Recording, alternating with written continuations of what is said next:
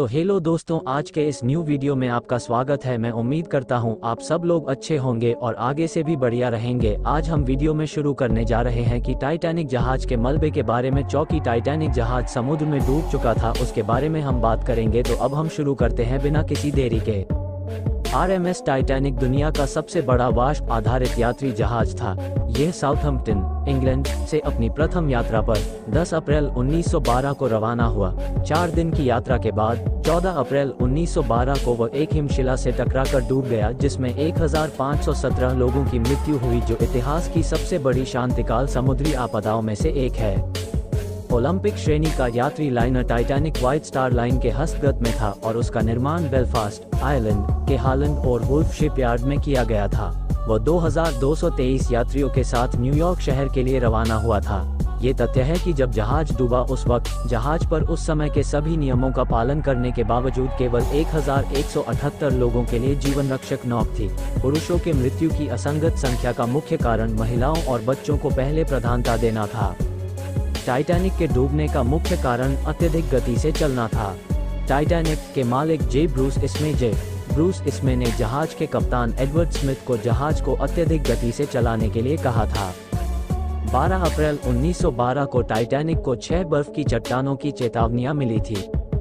कप्तान को लगा कि बर्फ की चट्टान आइसबर्ग आने पर जहाज मुड़ जाएगा, परंतु बदकिस्मती से जहाज बहुत बड़ा था और राडार छोटा था। बर्फ की चट्टान आने पर वो अधिक गति के कारण समय पर नहीं मुड़ पाया और चट्टान, एक अनुमान के मुताबिक ये चट्टान करीब 10,000 साल पहले ग्रीनलैंड से अलग हुई थी, से जा टकराया, जिससे जहाज के आगे के हिस्से में छेद हो गए और लगभग रात के 11:40 पर वो डूबने लगा। तकरीबन रात के 2:20 पर वो पूरा समुद्र में समा गया। जिस सागर में वह डूबा था उसके जल का तापमान -2 था, जिसमें किसी साधारण इंसान को 20 मिनट से ज्यादा जिंदा रहना नामुमकिन था। इसके ऊपर एक फिल्म भी बनाई गई है। टाइटैनिक उस समय के सबसे अनुभवी इंजीनियरों के द्वारा डिजाइन किया गया था और इसके निर्माण में उस समय में उपलब्ध सबसे उन्नत तकनीकी का इस्तेमाल किया गया था। ये कई लोगों के लिए एक बड़ा आघात था कि व्यापक सुरक्षा और सुविधाओं के बावजूद टाइटैनिक डूब गया था। आवेश में आई हुई मीडिया की ओर से टाइटैनिक के प्रसिद्ध आरोपी, जहाज के डूबने का उपाख्यान, समुद्री कानूनों का भंग और जहाज के मलबे की खोज ने लोगों की टाइटैनिक में रुचि जगाने में काफी योगदान दिया। टाइटैनिक का निर्माण बेलफास्ट, आयरलैंड के हालैंड और वुल्फ शिपयार्ड में किया गया था और प्रतिद्वंदी क्यूनार्ड लाइन के लुसिटेनिया और मॉरिटेनिया के साथ प्रतिस्पर्धा के रूप में डिजाइन किया गया था। इसके डिजाइनरों में लॉर्ड पेरी, जो हालैंड और वुल्फ और व्हाइट स्टार के संचालक थे, नौसेना आर्किटेक्ट थॉमस एंड्रूज, जो हालैंड और वुल्फ के निर्माण प्रबंधक और डिजाइन विभाग के प्रमुख थे, और अलेक्जेंडर कार्लाइल शिपयार्ड के प्रमुख रचयिता एवं जनरल मैनेजर शामिल थे। अलेक्जेंडर कार्लाइल की जिम्मेदारियों में साज सजावट, उपकरण और सभी सामान्य व्यवस्था, जीवन रक्षक नौक को लटकाने के यंत्र की डिजाइन जैसे कार्यों का समावेश होता था। वह जहाज पर नौक लटकाने का यंत्र बनाने वाली कंपनी वेलन डेविड और इंजीनियरिंग को लिमिटेड के शेयरधारक बन गए थे। RMS टाइटैनिक का निर्माण 31 मार्च 1909 को अमेरिकन JP मॉर्गन और इंटरनेशनल मर्केंटाइल मरीन को की लागत से शुरू हुआ। टाइटैनिक की पतवार का 31 मई 1911 को जलावतरण किया गया और उसके अगले वर्ष की यात्रा की तैयारी की जाने लगी।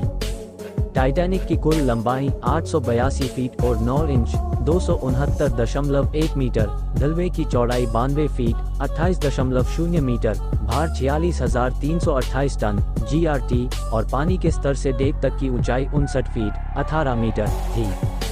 जहाज 2 पारस्परिक जुड़े हुए 4 cylinder triple expansion steam engines और एक कम दबाव फासेंस टरबाइन, जो प्रोपेलर को घुमाते थे। टाइटैनिक में 29 बॉयलर थे जो 159 कोयला संचालित भट्टियों से जुड़े हुए थे और जहाज को 23 समुद्री मील 43 किलोमीटर प्रति घंटा 26 मील प्रति घंटा की शीर्ष गति प्रदान करते थे। 62 फीट 19 मीटर की ऊंचाई की 4 में से केवल 3 फनल कार्यात्मक थी। चौथी फनल, जो वेंटिलेशन के प्रयोजन हेतु इस्तेमाल की जाती थी, वह जहाज को अधिक प्रभावशाली रूप देने के लिए लगाई गई थी। जहाज की कुल क्षमता यात्रियों और चालक दल के साथ 3,549 थी।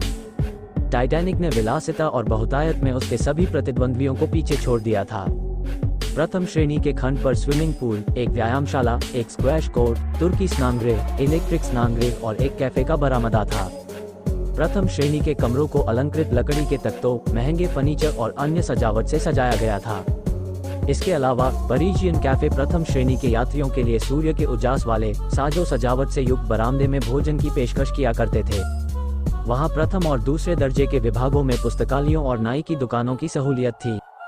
तीसरे वर्ग के कमरे पाइन लकड़े के चौखटे और मजबूत टीक के लकड़े से बना हुआ फर्नीचर से युक्त थे।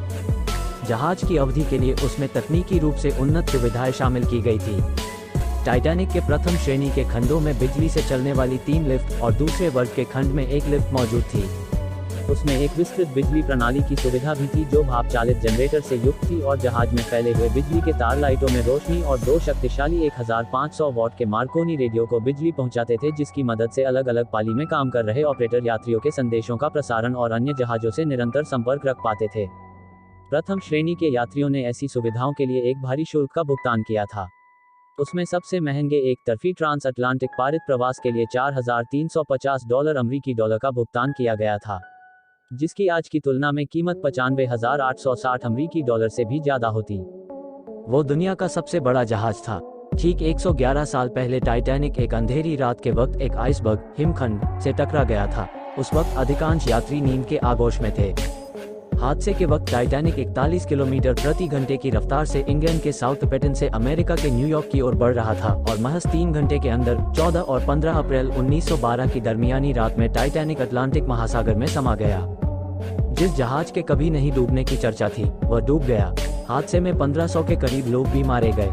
इसे 110 साल बीतने के बाद भी सबसे बड़ा समुद्री हादसा माना जाता है। हादसे की जगह से अवशेषों को सितंबर 1985 में हटाया गया था। हादसे के बाद कनाडा से 650 किलोमीटर की दूरी पर 3843 मीटर की गहराई में जहाज 2 भागों में टूट गया था और दोनों हिस्से एक दूसरे से 800 मीटर दूर हो गए थे। इस हादसे के 110 साल बाद भी आज भी इस हादसे को लेकर रहस्य बना हुआ है। BBC न्यूज़ ब्राजील ने कुछ विशेषज्ञों से बात करके इन्हीं रहस्यों के जवाब तलाशने की कोशिश की है। 1. ये जहाज डूब नहीं सकता था। इस विशालकाय जहाज के बारे में कहा गया था कि यह डूब नहीं सकता, ईश्वर भी इसे डुबा नहीं सकते। इस भरोसे की अपनी वजह भी थी। रियो डी जेनेरियो की फेडरल यूनिवर्सिटी में department of naval and ocean engineering विभाग के प्रोफेसर और इंजीनियर अलेक्जेंडर द पिहो अल्हो ने बताया, इंजीनियरिंग के लिहाज से देखें तो ये डिजाइन के आधार पर विकसित पहला जहाज था। जहाज में कई वाटरटाइट कंपार्टमेंट बनाए गए थे, यानी अगर